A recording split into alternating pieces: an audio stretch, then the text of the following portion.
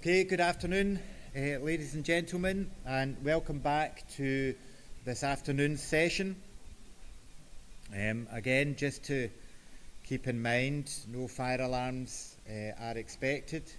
Move away from the building. I'm hoping I'm not tempting fate. Anyway, again, to remind you, access to computers. Colleagues are here to help you should you need it. Final reminder around the gala dinner. So those that have purchased tickets in advance.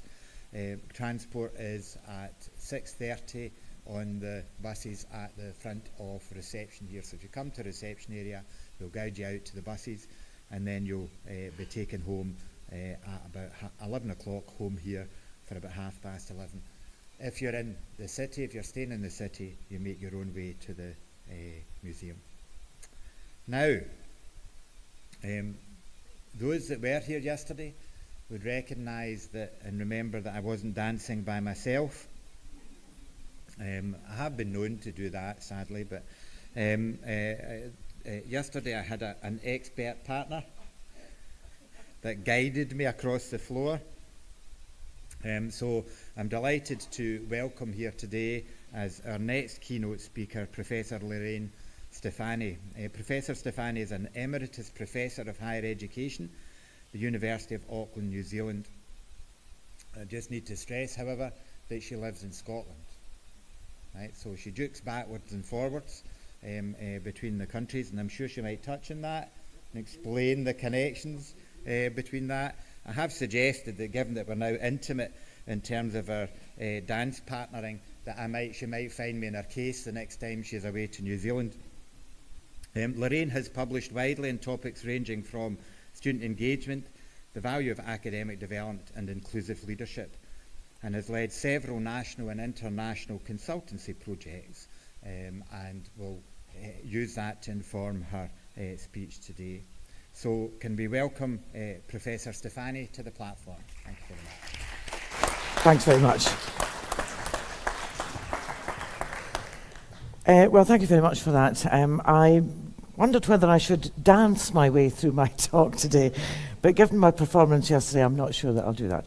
I want to say, what an honour it is to be here. I was so delighted when I was asked to give this talk at this conference. And just to add to comments that Patrick has already made, I think that UWS has done just an outstanding job of the organisation of this conference, and everybody who's been involved in it, has just been absolutely superb. The staff, the students, the participants, and I think before I even start, I think we should give a round of applause for sort of like how fantastic this conference has been. The talk that I'm going to give, let's see if this works. Oh, it does. The talk that I'm going to give, what it's actually based on is, before I decided to take the plunge and retire, but as any academic knows, retirement is a relative concept. I seem to be busier now than I was when I was being paid to work. But before I retired, took the plunge, Patrick and I were working on a book, and that book is coming out around about August. And the book title is Inclusive Leadership in Higher Education, International Perspectives and Approaches. I was totally humbled in reading the chapters, and we have some really outstanding contributors from Saudi Arabia, Hong Kong, South Africa, Australia, the UK, New Zealand, and it really is, truly a fascinating book. So really anything that I say actually comes from the work within that book, so I can guarantee you that there's no fake news, okay? Right. Some of you will get that joke more than others, I'm sure. And of course, anything that I do say which might be construed as remotely negative about inclusive leadership in higher education does not apply in Scotland, and certainly not in UWS, okay? So just as long as we get that right. Okay. What I would hope to do in the next half hour or so is actually to explore these terms, inclusive leadership and higher education, because we're fantastically good at language in universities. I mean, in many ways it's what we're paid to do. But often we don't unpackage these words, and we just sort of like have these kind of assumed meanings. So I want to sort of like look at these terms. I want to try and have us look at some of the gaps that there might be between the rhetoric and the actual reality on the ground. Interrogate why inclusion matters and look to the future, because we want to be hopeful and aspirational.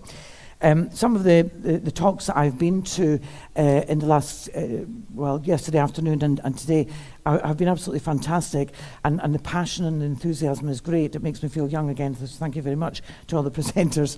But I went into one this morning quite late, actually, and I could tell immediately that this was a workshop that was fantastic. It was going really well. The presenter was doing fantastic, and the questions were great.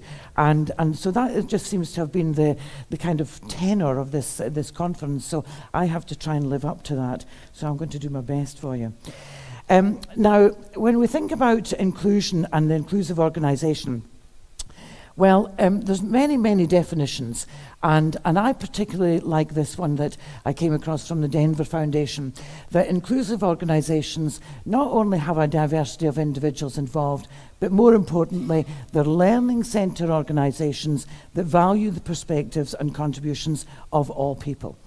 They incorporate the needs, assets and perspective of all into the design and implementation of universal and inclusive programmes. I think that particularly pertains to higher education. Inclusive organisations recruit and retain diverse staff to reflect the racial and ethnic communities they serve. And I think, although it's maybe quite long, I think it's a great definition. Over the past couple of years, I've been working... How do I get back? Oh, yeah. I've been working at the University of Auckland now for quite a long time, and don't seem to be able to get my pointer to work. Maybe I'm using this wrong, am I? Well, okay, it doesn't seem to want to work for me. I've been particularly looking at equitable systems of recruitment, recognition and reward, and that has been a fascinating journey. I've been looking at the issues of shared accountability and responsibility, and the demonstrated commitment to diversity. It's no use having one or two wee projects that are funded for a couple of years. There has to be demonstrated commitment from the top. And I've also been looking at this issue of inclusion is not going to, we're not going to have an inclusive organisation unless we really start to look at an alignment of the organisational culture with the mission, vision, the mission, vision and values. Now, if you look up any university at all, and you look at the web pages, I'd say that you would probably find a statement that goes something like this, that every individual should be treated with dignity and respect, regardless of, age, disability, gender reassignment, etc., etc., etc. And that's great, to see that on the websites. There's a kind of assumption, I suppose, that we're all sort of like trawling through our university websites every day, and actually I can tell you that's probably not true. And so, like really, like in universities, we have to create inclusive cultures, produce inclusive policies, and it's an evolving, we evolve towards inclusive practice. It's a journey, it's not a destination, as somebody said. So let's just have a look and see whether, how well are we doing. And remember, I said it doesn't apply to Scotland, all these other places, that's what we're talking about. But the gap between the rhetoric and the reality of inclusion in higher education tells us quite a lot. And earlier on this year, the UK Higher Education Statistics Agency highlighted the absence of black academics in senior leadership positions for the third year in a row. So, we've got a lot of universities in the UK, and what they said was not a single black person had been appointed to a senior management position. Now that's in that particular report.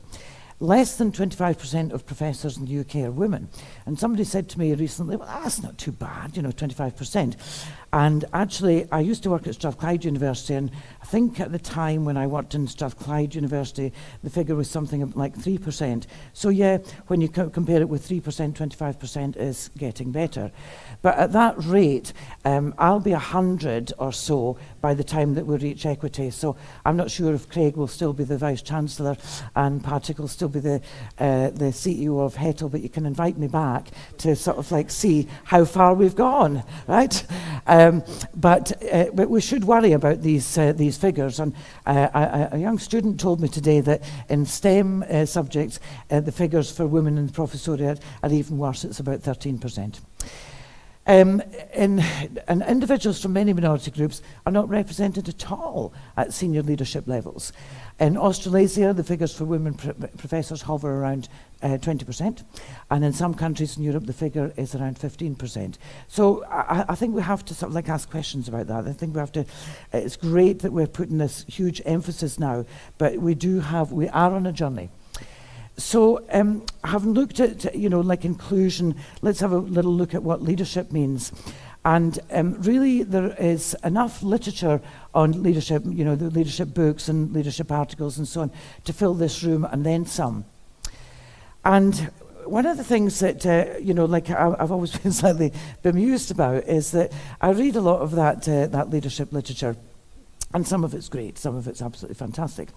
And but we're quite coy about saying what leadership actually means. So if I was to ask you, to define leadership, how long do you think it would take you? Oh, total silence. You could help me out, right? But it's not an easy. I mean, we say these things, inclusive leadership, but actually, what do we mean when we talk about leadership?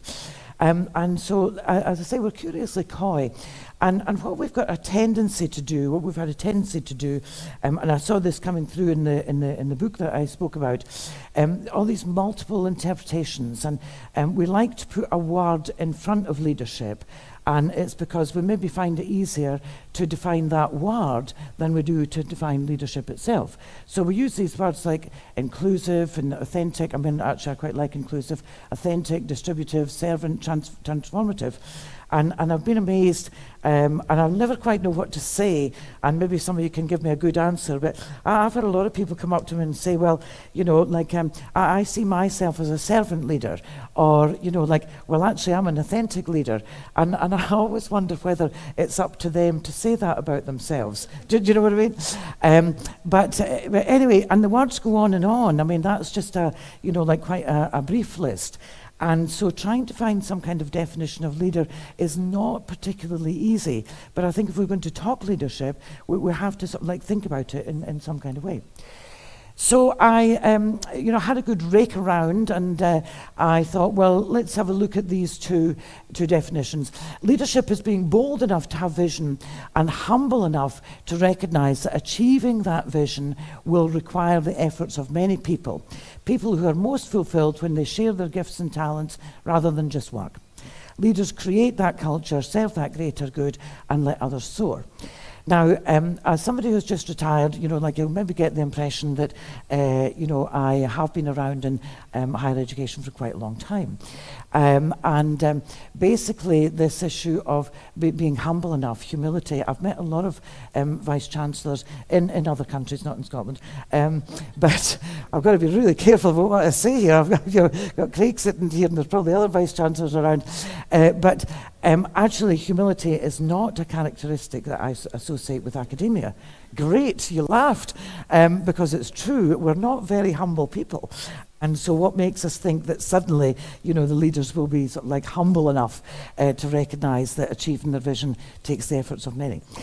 And another definition, in order to cultivate a set of leaders with legitimacy in the eyes of the citizenry, it's necessary that the path to leadership be visibly open to talented and qualified individuals of every race and ethnicity. And that was written quite a long time ago.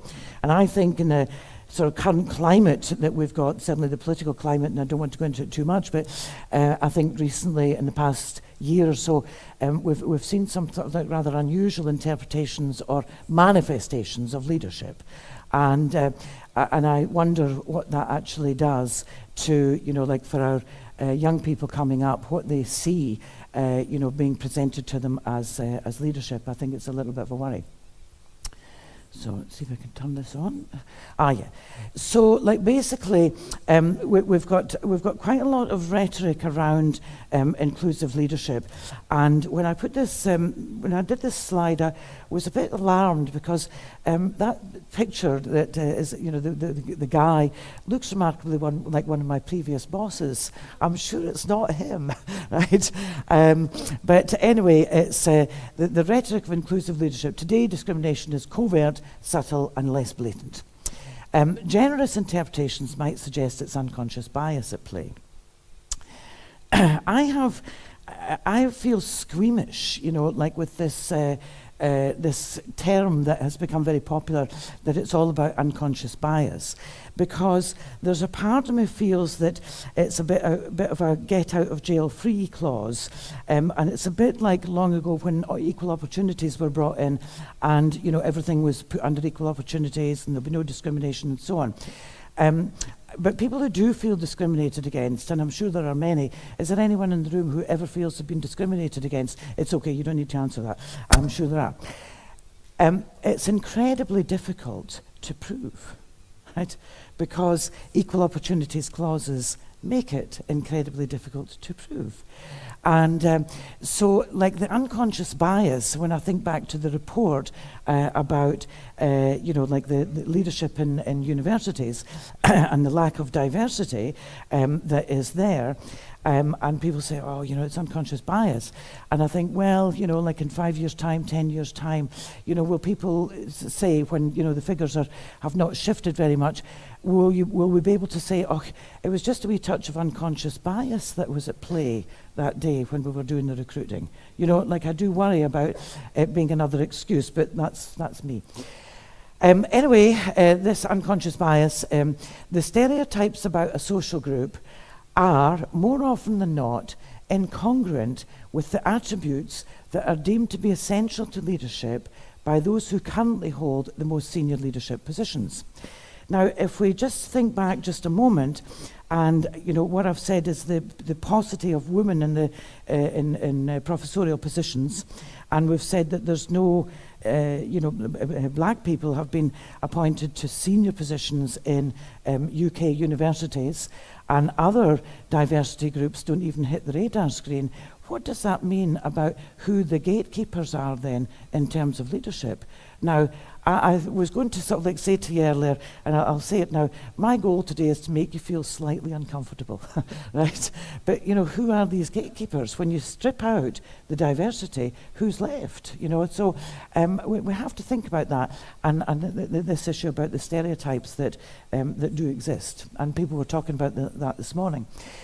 But when it comes to inclusive leadership, what I also want to say, and some people were talking about this in the workshop today, inclusion and inclusive leadership are relational, context, time, space, and place dependent. When we consider the interpretation of the terms, we've got to consider past history and future aspirations. So when I was doing the chapters of the book, clearly, while the principles are there, we can't look at inclusion in Saudi Arabia as being, the same as inclusion in the west of Scotland. We've got to actually think about the populations that we're talking about. We can't think of inclusion in South Africa as necessarily being the same as inclusion in somewhere like New Zealand or Canada, and especially in the past couple of years when we've seen so much sort of like racial disturbance, if you like, in South Africa and in the States. And certainly in South Africa, a lot of it has been because, despite it being 20 years post-apartheid, the apartheid era, a lot of the students, the black African students who are going to university, see the curriculum as still being colonial. as still being a sort of like white biased kind of curriculum that they've got. So it's really very difficult, and I was saying that to somebody today. It's it's not just a project that's going to take a couple of years. It's ongoing, and we have to look at inclusion in the context in which we are working and operating. Now, something else, when we come to saying sort of like, okay, so how can this be? And a lot of people say to me, often young men say this to me, but last night actually, a woman said this to me as well. She said to me, what was I talking about tomorrow? And I told her, trying not to give her a seminar on a nice social night out. Was it just because women didn't put themselves forward, was that the reason? And I said, well, that might be part of it, but it's not the whole story. It is definitely not the whole story. And funnily enough, a young student said that to me today again. Now, I don't think it is the whole story. It might sort of like be a tiny little bit of the story as to sort of like why we have so few women professors. But Kimberly Crenshaw, who many of you will have heard of, she's a civil rights activist in the States, and she's also an outstanding scholar in critical race theory. And she was the first person to come up with the expression intersectionality. And the reason that I mention this is because in the book, this issue of intersectionality came up chapter after chapter after chapter. And really, it's summed up in the little purple square. The inequalities are connected.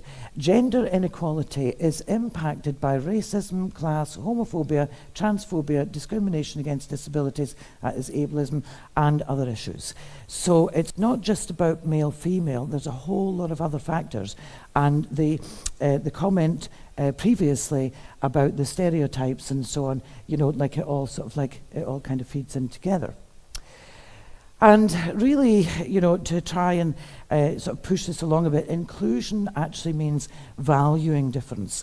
And I was surprised at the number of people, and I've got some quotes later, who said actually that when, in terms of thinking about inclusion, that difference is not valued. And so I think when we talk diversity and we talk inclusion, we've got to actually sort of like dig deep in our soul and say, do we really value difference, or do we want to sort of like turn away from difference? And I did like this, great leaders are not born, they're made, which explains why so many have a screw loose. I just thought it was quite funny. You've had your lunch and you're always tired after lunch. So. Now, Alice Eagley, who is another outstanding scholar from the States, and she has done a lot of work on women in leadership, actually, and actually she's come around to saying that it's actually quite appalling in terms of the research that has been done on leadership, and our models are sort of like predicated on kind of, essentially sort of like many of the models come from the States, and, our models of leadership are really sort of like based on the white, middle class, middle-aged heterosexual man, with apologies to all men here. But like really, that's sort of like the norm. I mean, that's what we see. And Alice Eagley, actually says this now. Our leadership models are primarily derived from very traditional paradigms, with little to say on diversity and difference.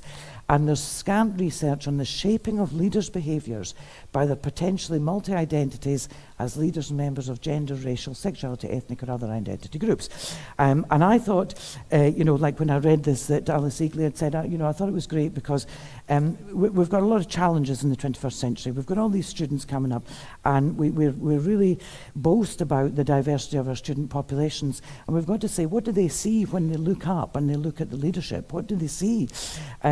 And we've got to sort of like start valuing people's different views, the lenses that people are looking through, and value that and not say it's wrong because it's not the same as my view. Just to sort of pop back to unconscious bias, all of this comes from colleagues in New Zealand, actually. My issues relate to the workplace and subtle forms of racism practiced by my benevolent Pākehā colleagues who take it personally when they're called out on it. So although it makes me feel squeamish, people do actually sort of like say unconscious bias is a valid thing. And Pākehā means the Maori population in New Zealand. It was a Maori woman who said this, is the indigenous population in Pakia are the European settlers. And so people take it personally when they're called out on it and say, I'm not racist, some of my best friends are lesbian, gay, old, disabled, whatever it happens to be. And then somebody else says, from ingrained institutional discrimination to the casual everyday sense of entitlement and superiority of white, middle-class, heterosexual people, including those who would be horrified to be accused of prejudice. We'd all be horrified, but actually do we dig deep and ask ourselves if we have prejudice? And Mai Chen, she's an outstanding lawyer. She was brought over to New Zealand from Taiwan when she was 6, and she's 46 now, so it was 40 years ago.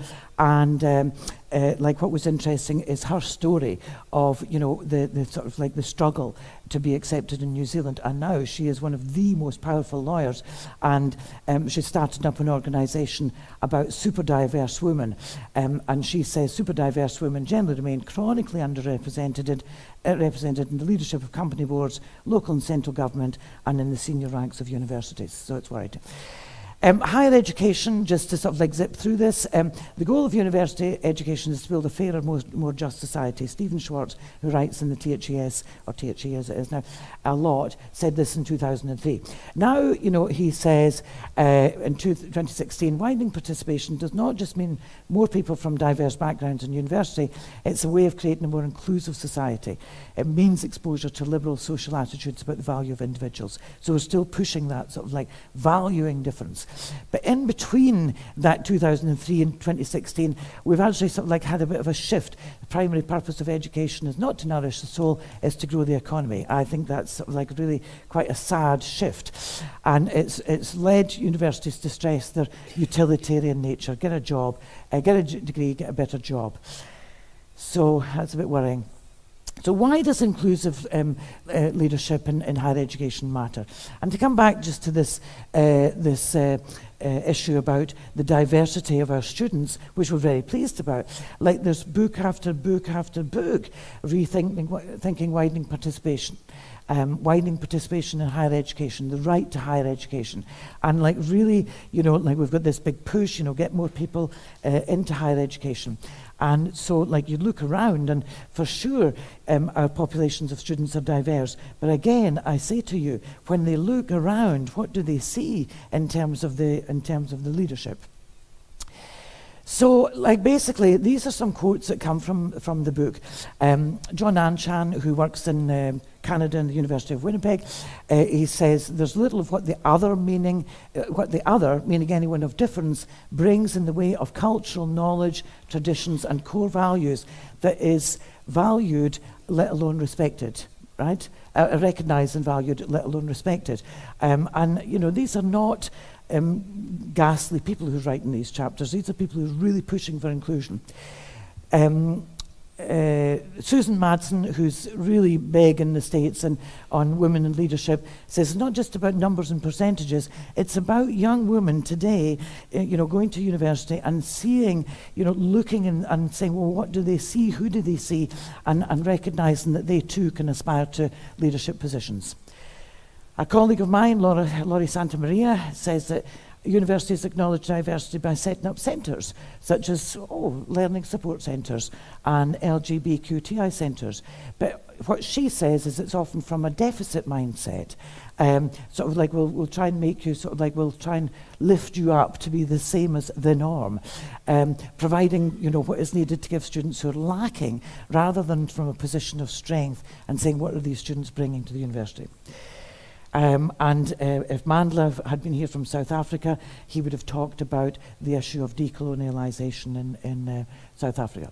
So let's look to the future then, because that's all kind of, that's where we're at. And lots of people have said, well, we've got to look at where we're at before we can move forward.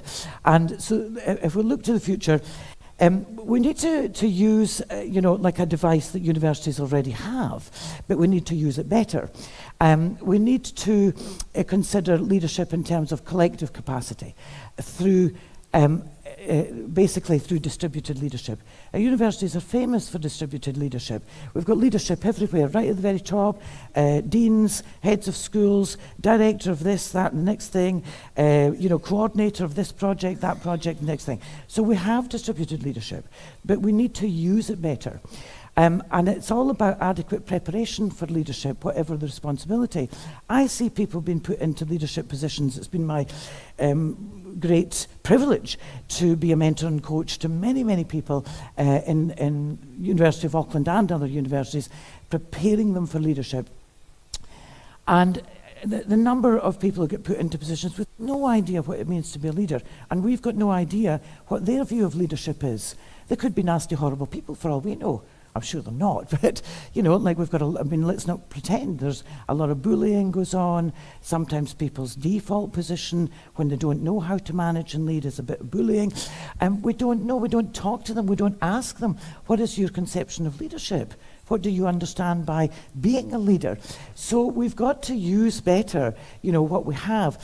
So adequate preparation, whatever the level of responsibility, as opposed to assumptions being made regarding skills not necessarily related to leadership.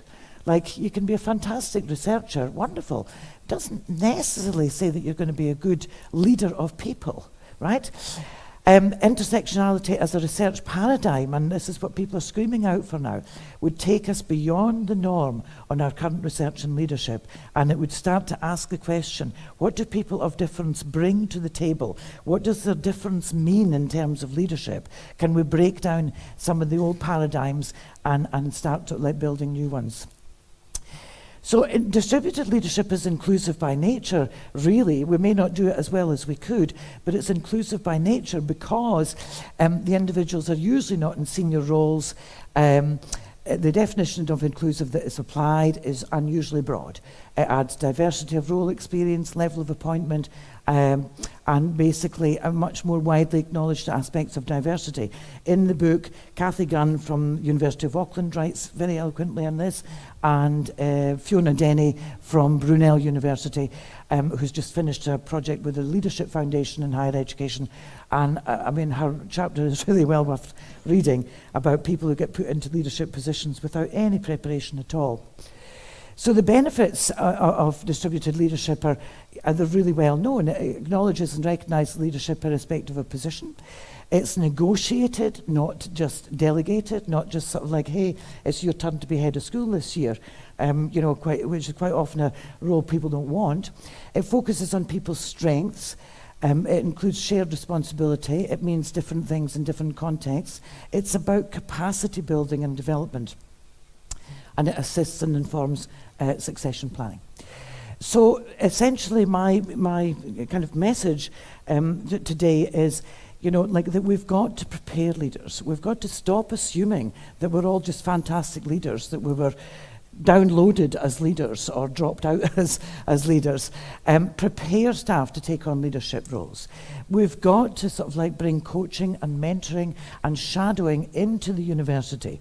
We've got to start acting as role models for our students, and we've got to see senior leadership acting as role models so that we can, you know, see them as mentors, we can see them as coaches, and we can see them as people that we can shadow. We do this a lot in the University of Auckland, that, you know, in the Women in Leadership program, which is very famous now actually, and women actually shadow a lot of the senior leaders for a period of time. We've got to have meaningful leadership development programs. Too many leadership programs are business school orientated, and what the focus on is change. Let's have, I tell you what, something's going wrong in the organisation, let's have a wee restructure, rather than sort of like look at the root problems. And rather than, sort of, and of course, and the other thing in a business school is the bottom line. I mean, they think about business. I'm not saying the bottom line isn't important in terms of money, but it's not the be all and end all. And we have got to enact leadership in a meaningful way. So my last slide, and I've just about done it in good time, actually, Paul. That's very good. Are you coming up later to have a wee dance across the... Yeah. From my point of view, the future for inclusive leadership in higher education, let's talk about what we mean by these terms: lead, leadership, and leading, and leaderful behaviour. What does it mean to engage and show leaderful behaviour? What does it mean to enact meaningful, purposeful leadership? Okay, so let's not just use the word as if it was sort of like, oh, I'm a leader. Let me come around and ask you what you understand by that. What does it mean to you? And let's start analysing what it takes to develop future leaders in an inclusive manner and actually sort of like show our students that they can get there too, so that we really can make the most of this diversity which we are so proud of in our student populations. And I think that's the end one. And that's the book, just to give it a plug, right? It comes out in August. Please go out and buy it. I mean, Patrick and I edited it, but the chapters are really fantastic, like, you know, like a global perspective. So that's it. So did that do well?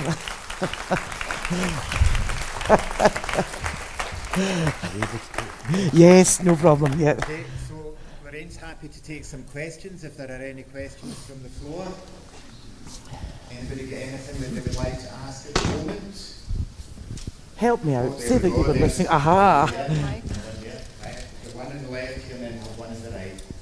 So I'm wondering how you think this leadership paradigm, diversity in leadership, actually deals with a fairly ubiquitous model of university management across the entire sector in most of these countries. So everybody's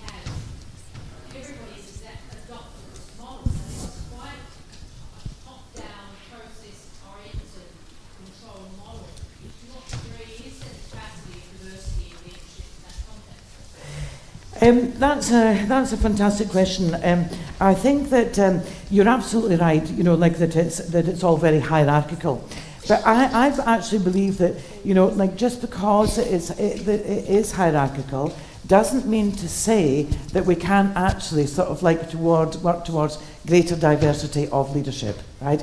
I don't believe that we can't balance the two out. And because of, you know, as I was saying there, the whole issue about the distributed leadership, I personally, I think it's very, very badly done. You know, I really do, is just plonk somebody into a leadership position, whether they're ready for it or not. And I think that we often don't want to, you know, to put resources into doing what we really need to do in order to capitalise on the diversity that we have in the university. I mean, I was an academic developer for years and years and years, and it's still a great passion of mine. But the battle for sort of like tiny little bits of funding, and I think you know this as well, for tiny bits of funding to actually prepare staff to be effective teachers. That's incredible. It's like Dame Ruth was saying this morning, that, you know, we put a tremendous effort into the status, you know, maintaining the status quo. Well, it's the same thing with you know, like a more inclusive leadership. I had lots of talks this morning, and they were great. But it's the same old thing. We're having a little initiative, you know, on inclusion. But basically, we've actually got to start asking questions of the top management. How committed are they to having an inclusive organisation? And basically building people up all through their career so that they're then able and ready to take on the powerful positions in the hierarchy that we have. I'd like to see the hierarchy flattened, but it's not going to happen for a long time. But at least I think we can get a better balance. Oh, that was great. Oh, good. So at the back, oh yeah. Abel. Thank you. Yeah, it's quite interesting. You said that leadership styles, if I may use style, or inclusiveness differs as per the location. For instance, you gave example that inclusiveness in South Africa is different from some other place in the world. So what is your own position? Are you actually saying as higher institutions we should allow inclusiveness to differ as per the location, or is there something that should be central, unique, or common, or close to being common among higher institutions irrespective of location? Yeah, I think that the principles, the principles that we apply to being inclusive, I think that we also need to take into consideration, I do think we need to take into consideration the context.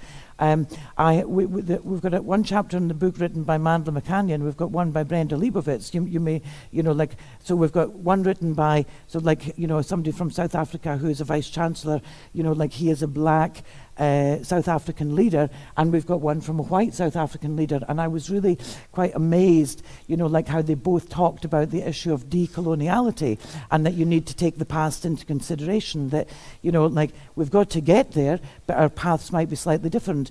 I worked in Saudi Arabia for, a period of time, and over there, like when they talk about being, like more inclusive, they were actually talking about the Saudiization of the workforce, because what had been happening was that Saudi people themselves, men and women, couldn't get leadership positions because their own country didn't consider them good enough, and so they brought in people from elsewhere.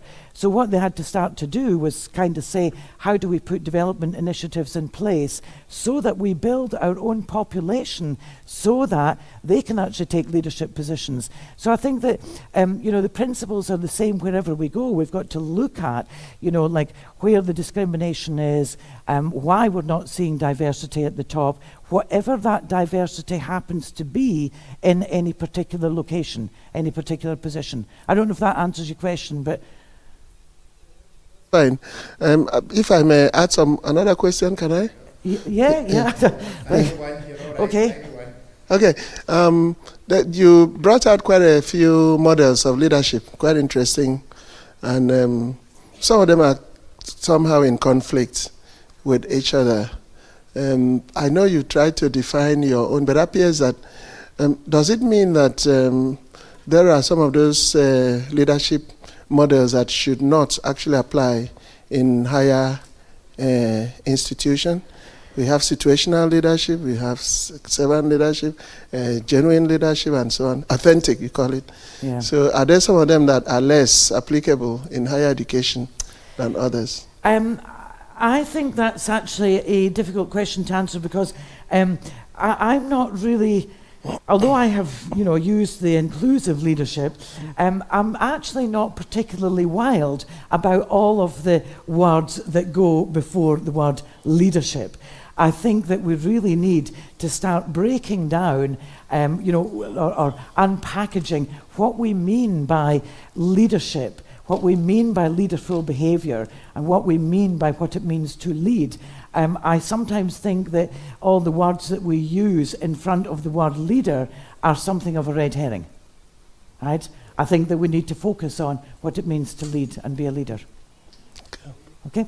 Thank you. Thank you very much again to Lorraine for our contributions today. That's great. Okay, so if I can encourage you now to attend the next sessions and workshops and seminars, and again remind you, if you're going to the gala, the dinner this evening, gather at the front of the reception for 6:30. Okay, thank you very much.